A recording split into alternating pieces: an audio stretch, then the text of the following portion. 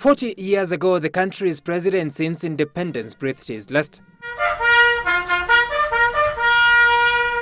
Despite the gloom and uncertainty that engulfed the country on the afternoon of August 22, 1978, the imagery today is far from the somber mood then.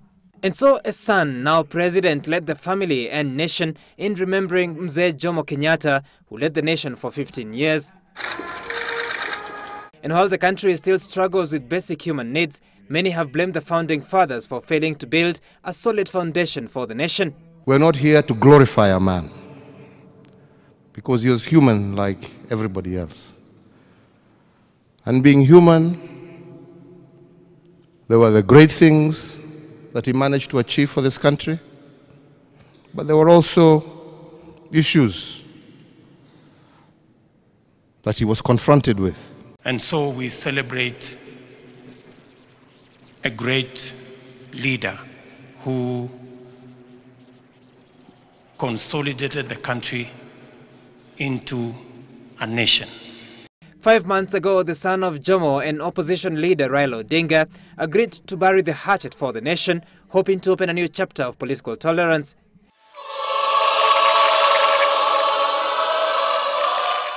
The late Kenyatta and Odinga's father, Jaramogi Oginga Odinga, were sworn political enemies whose rivalry has been blamed for tensions that remain today.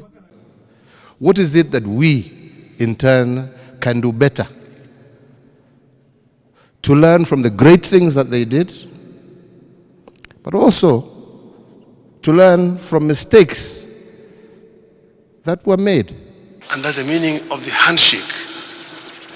And that is saying we are building bridges to cross the River Jordan to enter the Canaan, all of us as all Kenyans. There is a much deeper understanding between myself and the Honorable Raila Odinga. An understanding that is driven by a desire to ensure that we leave this country much stronger, more united. A section of Jubilee politicians have accused Odinga of harboring a sinister motive of scuttling DP William Ruto's presidential ambition, but Odinga has been dismissive of the idea. It is the second time in 3 years that Kenyatta and Odinga have used the Jomo Kenyatta Memorial Service to express a common intention to uniting the country.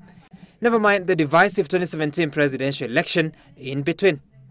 40 years of memory, a family still remembers its patriarch, a nation still remembers its founding father, a country still puts on a struggle against ignorance, disease and poverty, the three basic tenets of Jomo Kenyatta's philosophy. Sam Gituku, Citizen TV, Nairobi.